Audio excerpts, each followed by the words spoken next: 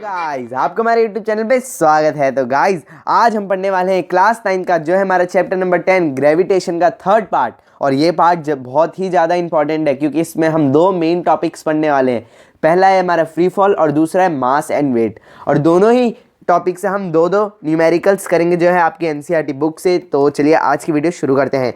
तो आज पढ़ेंगे हम फ्री फॉल। फ्री फॉल होता क्या है पहले ये समझते हैं। It is a situation where the body experiences only gravitational force and no other force should be taken into consideration। तो इसकी हिंदी क्या है? तो गाइस इसकी हिंदी क्या है? कोई भी बॉडी अगर किसी सिचुएशन में फ्री फॉल होती है, मतलब ऊंचाई से अचानक गिरती है, कोई फेंक के नहीं, मतलब उसकी जो इनिशियल वेलोसिटी है वो ज़ीरो होनी चाहिए और फिर वो बढ़ती बढ़ती नीचे की तरफ गिरेगी। हम सिर्फ इसमें ग्रेविटेशनल फोर्स को मान्यता दी जाती है और कोई फोर्स को नहीं दी जाती। जैसे जो हमारी हवा की जो फोर्स होती है हम उसको नहीं मानेंगे, सिर्फ ग्रेविटेशनल फोर्स को ही यहाँ हम अप्लाई करेंगे। और यहाँ पे एक्सेलरेशन ड्यू टू ग्रेविटी का बहुत ज़्यादा बड़ा रोल है जो हमने सेकेंड वीडियो में पढ़ा था। तो इसमें हम वो अप्लाई करेंगे, ठीक है। अगर यहाँ पे ग्रेविटेशनल फोर्स के अलावा कोई फोर्स और दूसरी लग रही है उस बॉडी पे, मतलब जो ग्रेविटेशनल फोर्स नहीं है, ठीक है, जैसे यहाँ पे अगर एयर का प्रेशर लग रहा है तो वो हमारा फ्री फॉल नहीं होगा, सिर्फ यहाँ पे ग्रेविटेशनल फोर्स को ही मान्यता दी जाएगी, ठीक है। अब ये भी दो टॉपिक्स होते हैं, मतलब दो तरीके से। एक तो है अपवर्ड्स, मतलब जब हम ऊपर की तरफ किसी चीज़ को फेंकते हैं, और एक होता है डाउनवर्ड्स, मतलब हम किसी चीज़ को नीचे फेंकते हैं, ठीक है। तो इसको हम करेंगे, ठीक है। ये वाली चीज़ें बहुत ज़्यादा इंपॉर्टेंट है समझनी, ठीक है। तो यहाँ पे हम पहले एक सरफेस लेंगे जिस पे हमने कोई ऑब्जेक्ट रखा है। जैसे यहाँ पे मैंने एक ऑब्जेक्ट रखा है जिसकी इनिशियल वेलोसिटी जो है, मतलब जो u है ना, वो ज़ीरो है क्योंकि अभी तक ये ऊपर नहीं गया है। अब मेरे को इसको ऊपर फेंकना है, ठीक है। मैंने ऊपर फेंका फेंका फेंका फेंका, ये यहाँ पे आके रुक गया, मतलब अब यहाँ से इसने यू टर्न मार के नीचे गिरने वाला है, ठीक है। अब कोई चीज़ को अगर हम ऊपर फेंकते हैं तो वो कोई से पॉइंट पर रुकती है तभी वो नीचे आएगी, ठीक है। बिना रुके वो कहीं नीचे आ ही नहीं सकती। जैसे ये यहाँ गई तो कोई पॉइंट पे रुकी होगी, जैसे यहीं पे रुक गई और यहाँ से फिर नीचे आएगी, चाहे वो बहुत कम सेकंड के लिए हो, मिली सेकंड के लिए रुकी हो, पर वो रुकती ज़रूर है, ठीक है। तो हम यहाँ पे यू को ज़ीरो मान लेंगे। सॉरी गाइज, यहाँ पे ज़ीरो हमें नहीं लेना होता है, यू को हमें ज़ीरो नहीं लेना होता है क्योंकि जो इनिशियल वेलोसिटी होगी हम उससे ही तो ऊपर फेंकेंगे ना। हम यहाँ पे v को ज़ीरो लेते हैं क्योंकि v जब हमारा यहाँ पे बॉल रुकेगी तो वो ज़ीरो ज़रूर होगी, बिना ज़ीरो हुए वो नीचे नहीं आ सकती, ठीक है। तो हम यहाँ पे v को ज़ीरो मांगते हैं, यहाँ पे ये हो जाती है स्टॉप, ठीक है। अब जो हमारा ये है, जैसे यहाँ पे यहाँ से लेके यहाँ तक का जो डिस्टेंस है, अब या तो हम डिस्टेंस लेंगे या तो डिस्प्लेसमेंट, पर नहीं, जो हमारा s होगा ना, मतलब जो डिस्प्लेसमेंट होगा वो हमारा h के बराबर होगा क्योंकि ये हाइट ही तो नापी है इसने, डिस्टेंस थोड़े, ये तो हाइट है ना, ठीक है। वर्टिकली में जो भी चीज़ होती है वो हाइट होती है और टाइम तो हमारे साथ चल ही रहा है, टाइम कभी रुकता नहीं, ठीक है। तो ये हमारा वो हो गया, टाइम हमारा जो चल रहा है समझ लो 5 सेकेंड चल रहा है, ठीक है। 5 सेकेंड चल रहा है, 5 सेकेंड में यहाँ से यहाँ चली गई और यहाँ पे आके रुक गई, ठीक है। अब हम काइनेमैटिक्स, मतलब जो मोशन वाली चीज़ें होती है ना, उसमें 5 चीज़ें लेते हैं। 5 चीज़ों में कैसे, पहले हम लेंगे v, फिर लेंगे u, फिर लेंगे a, फिर t, फिर s, मतलब लाइन वाइज नहीं, मतलब ये 5 चीज़ें होनी चाहिए तभी काइनेमैटिक्स जो है वो मतलब प्रूफ कर सकते हैं, ठीक है। तो यहाँ पे हमने v तो ले ली, u भी ले ली, a भी ले लिया, t भी ले लिया, a नहीं लिया, s ले लिया। a अब हम लेंगे, a क्या होता है हमारा एक्सेलरेशन ड्यू टू ग्रेविटी, और इसकी वैल्यू कितनी होती है 9.8 मीटर पर सेकेंड स्क्वायर, ठीक है।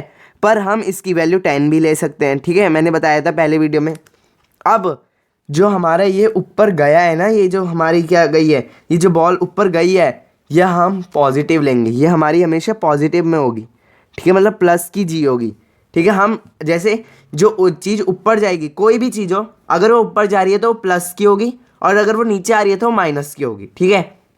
जैसे बॉल ऊपर गई तो ये पॉजिटिव है, अगर ये नीचे आएगी तो ये नेगेटिव हो जाएगी, ठीक है। अब एक तो ये है हमारा अपवर्ड्स का, ठीक है। अब होता है हमारा एक डाउनवर्ड्स, ठीक है। ये हम यहाँ पे हमें u को ज़ीरो नहीं लेना होता, कुछ ना कुछ वेलोसिटी होगी उसकी इनिशियल, पर v को हम हमेशा ज़ीरो लेंगे, ठीक है। अब हम दूसरा देखते हैं डाउनवर्ड्स का, वो क्या कहता है, तो देखो अब यहाँ पे हम एक और कंडीशन लेंगे कि यहाँ पे जो है एक बॉल है, ठीक है, बॉल है, उसको हम यहाँ से ड्रॉप कर रहे हैं, ड्रॉप या रिलीज़ कर रहे हैं, ठीक है। अगर हम इस बॉल को रिलीज़ करेंगे तो यहाँ पे हमारा ज़ीरो यू जो होगा वो कितना होगा, यू हमारा ज़ीरो होगा, क्योंकि अभी तक हमने उस बॉल को रिलीज़ करा नहीं है। हमारे हाथ की कोई वेलोसिटी है, अगर मैंने किसी चीज़ को ऐसे, जैसे मैंने इस पेन को ऐसे पकड़ा है, ठीक है, तो अब ये क्या है, इनिशियल वेलोसिटी इसकी ज़ीरो होगी, क्योंकि मेरा हाथ हिल डुल नहीं रहा। अगर मैं इसको पटक के नीचे मारूंगा तब मेरे हाथ की वेलोसिटी जो होगी वो हमारी बॉल की वेलोसिटी होगी, ठीक है। अब ये बॉल मैंने यहाँ से रिलीज़ तो करी, अब ये गिरी गिरी गिरी गिरी, अब यहाँ पे ये सरफेस पे आ गई, ठीक है, टच नहीं करा है अभी उसने सरफेस। अब हमारा यहाँ पे जो v होगा ना, वो v होगा, वो कभी भी ज़ीरो नहीं हो सकता, ठीक है। अब हमारा ये v जो है, यहाँ पे हमारा v हमेशा ज़ीरो होगा पर u ज़ीरो नहीं होगा, और जब हम ड्रॉप करेंगे तो वहाँ हम u हमेशा ज़ीरो लेंगे पर v कभी भी ज़ीरो नहीं लेंगे, क्योंकि अगर वो नीचे आ रहा है तो उसकी कुछ तो फाइनल वेलोसिटी होगी, है ना। अब यहाँ हमारा s जो था ये पॉजिटिव था ना, अब यहाँ पे नेगेटिव होगी। हाइट भी हमारी नेगेटिव होती है क्योंकि ये चीज़ नीचे को आ रही है। अगर ये चीज़ नीचे को आ रही है तो हमारी जितनी भी चीज़ होगी वो सब नेगेटिव में होगी। अब जैसे हमारी एक्सेलरेशन है वो -9.8 मीटर पर सेकंड होगा, -10 मीटर पर सेकंड स्क्वायर होगा, और माइनस का g होगा, ठीक है।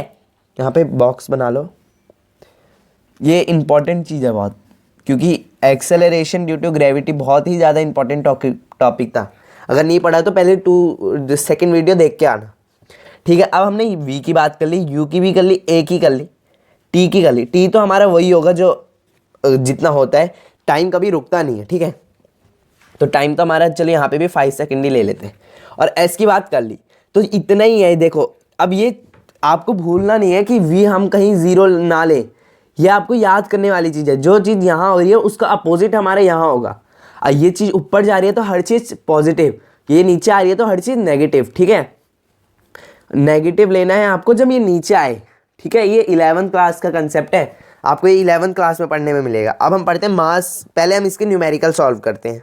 तो अब हम ये चीज़ पढ़ते हैं, a car falls off a ledge, एक कार जो है वो एक खाई से नीचे फेंकी गई है, ड्रॉप करी गई है, मतलब हम चीज़ नेगेटिव में लेंगे, टू द ग्राउंड, ग्राउंड की तरफ, और उसको गिरने में 0.5 सेकेंड लगे, मतलब 1 सेकेंड भी पूरा नहीं लगा, आधा सेकेंड लगा।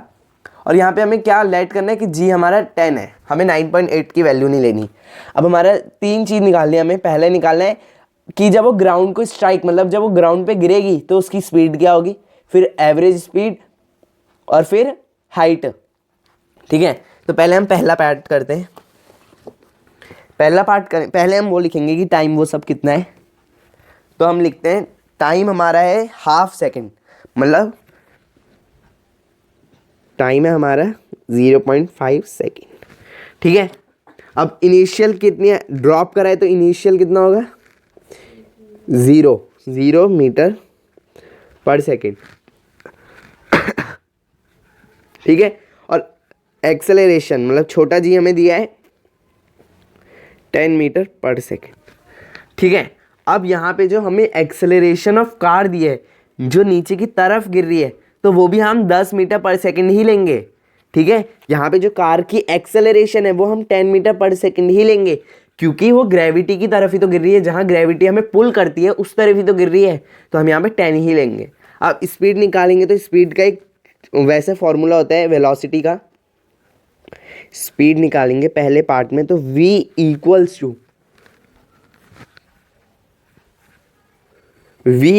टू हमारा हो जाएगा a इंटू टी, ठीक है। अब v देंगे, 8 हमारा 10 है, मल्टीप्लाई बाय, तो ये कितना आ गया, ये आ गया हमारा 5 मीटर पर सेकेंड, ठीक है। अब हम दूसरा देखते हैं, दूसरा क्या कहता है हमारा, दूसरे में हमें निकालिए एवरेज स्पीड। हमने 8 चैप्टर में पढ़ा था कि एवरेज स्पीड का फॉर्मूला क्या होता है, initial velocity plus final velocity, ठीक है। तो u प्लस वी अपॉन में 2 होता है, तो u कितना है हमारा, u हमारा 0 प्लस 5 और अपॉन में 2, तो ये हो जाएगा हमारा 5 अपॉन में 2, 2.5 मीटर पर सेकेंड स्क्वायर, वो स्क्वायर नहीं, सिर्फ मीटर पर सेकेंड। ठीक है, अब हमें डिस्टेंस निकालना है, मतलब हाइट निकालनी है। तो हाइट का फॉर्मूला जैसे कि थर्ड इक्वेशन ऑफ मोशन क्या कहती है हमारी थर्ड इक्वेशन ऑफ मोशन कहती है S equals to half AT square.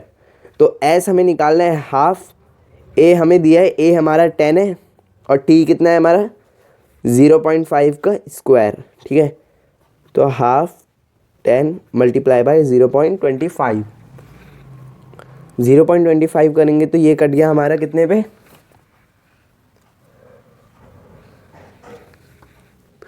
तो यहाँ पे हमारा एस कितना आ गया 1.25 मीटर। ठीक है, तो मीटर आ गया। तो ये हमारा पहला एग्जाम्पल हो गया, बहुत ही आसान था देखो। ठीक है, अब हम बढ़ते हैं सेकंड न्यूमेरिकल की तरफ। तो हमारा सेकंड जो है न्यूमेरिकल वो क्या कहता है एग्जाम्पल कि जो object is thrown vertically upwards and rise to a height of 10 meters. तो एक जो ऑब्जेक्ट हमने उसे वर्टिकली अब ऊपर की तरफ फेंका है और वो हाइट क्या है उसकी 10 मीटर। तो हमें एच दे रखा है कितना 10 मीटर। ठीक है, और अब हमारी v कितना आ जाएगा, v हमारा आएगा 0 मीटर पर सेकंड, क्योंकि वो कहीं पे रुकेगा। तो हमें क्या निकालना है, हमें निकालना है हमें निकालनी है उसकी वेलोसिटी और टाइम कितना लिया है उसने। तो यहाँ पे हमें बोला नहीं है कि कितना लेना है हमें g को, तो हम 9.8 लेंगे, 9.8 मीटर पर सेकंड स्क्वायर। ठीक है, अब हमारी एक्सेलरेशन जो होगी वो कितनी हो जाएगी, माइनस में हो जाएगी। ठीक है, ये है हमारी कार का। ठीक है, अब हम पहला निकालेंगे तो यहाँ पे लिख जाएगा, कौन सा इक्वेशन लगाएंगे हम यहाँ, v square equals to u square plus में 2as। ठीक है, तो ये करेंगे, v स्क्वायर मतलब 0 का स्क्वायर, u तो हमारा पता नहीं, 2a है हमारा कितना, a है हमारा 9.8 माइनस 9.8 और s क्या है, s हमारी हाइट है 10।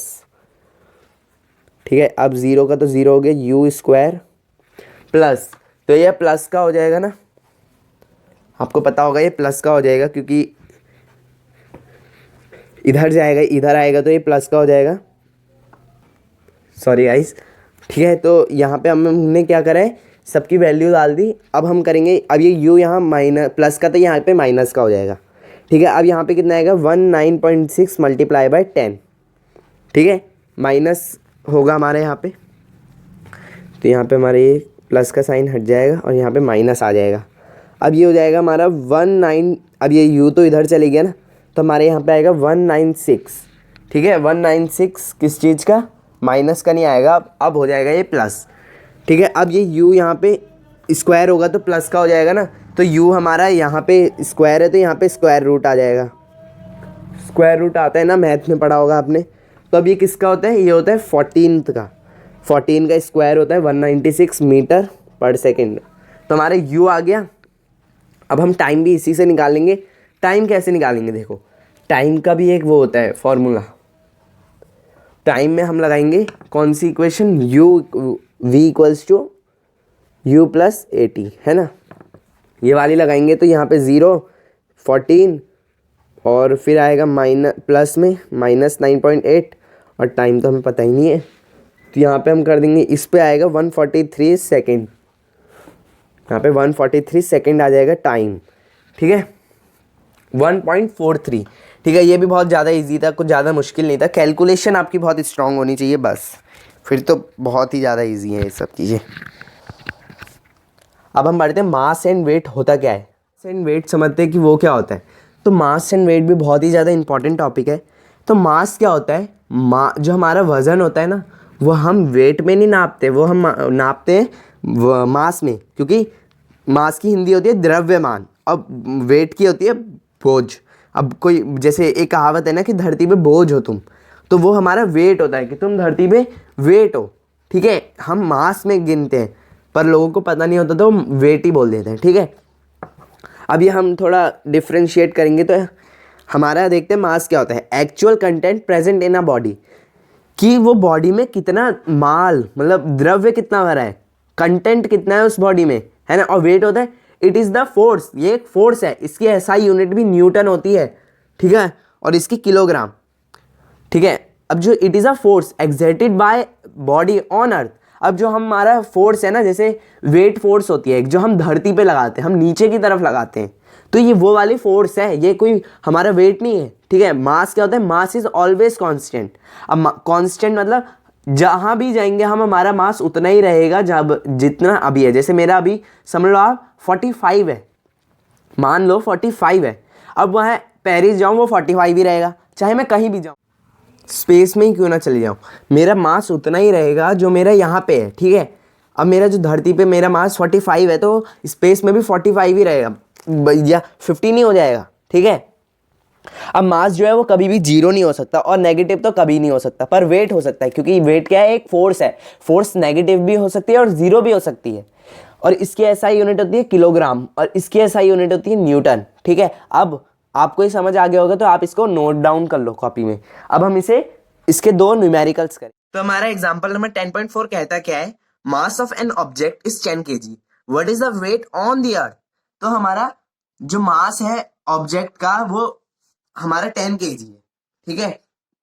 अब वो मास अर्थ पे कितना है हमें वो निकालना है, तो मास पहले लिख देते हैं, हमारा मास है हमारा 10 kg, ठीक है। 10 kg, एक्सेलरेशन छोटा जी है हमारा 9.8 मीटर पर सेकेंड स्क्वायर। अब हमारा, मैंने अभी थोड़ी देर पहले आपको शायद बताया था कि जो हमारा होता है वेट, उसका फॉर्मूला होता है mg। अगर मैंने नहीं बताया तो ये होता है हमारा mg फॉर्मूला होता है 10 मल्टीप्लाई बाय 9.8, तो 98 न्यूटन हमारा आंसर आ गया, ठीक है। तो अर्थ पे कितना होगा उसका वेट, 98, मतलब मास अगर 10 kg है तो अर्थ पे उसका वेट 98 न्यूटन होगा, ठीक है। ये आपको एसआई यूनिट को ध्यान में रखना है।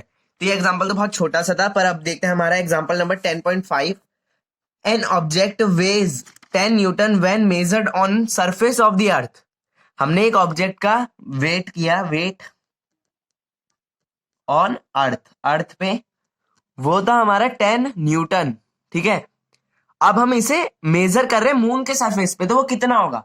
तो जो, अब मैं बताता हूँ, मून का जो सरफेस होता है, मतलब जो होता है ना, उसमें ग्रेविटी वो 1/6 होती है अर्थ के वेट। मतलब अगर यहाँ पे कोई चीज 10 किलो की है, ठीक है, उसका मास है 10 kg, तो वहां 10/6 kg होगा, क्योंकि वो 1/6 में चलता है, ठीक है, of its weight, of its weight, ठीक है।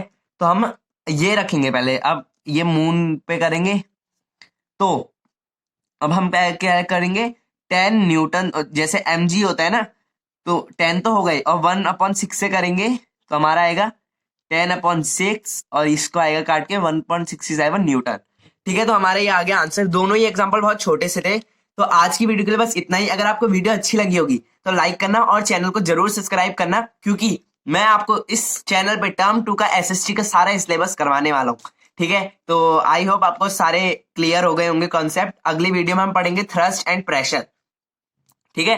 तो पार्ट 4 के लिए हमारे चैनल को सब्सक्राइब कर लो। Thank you.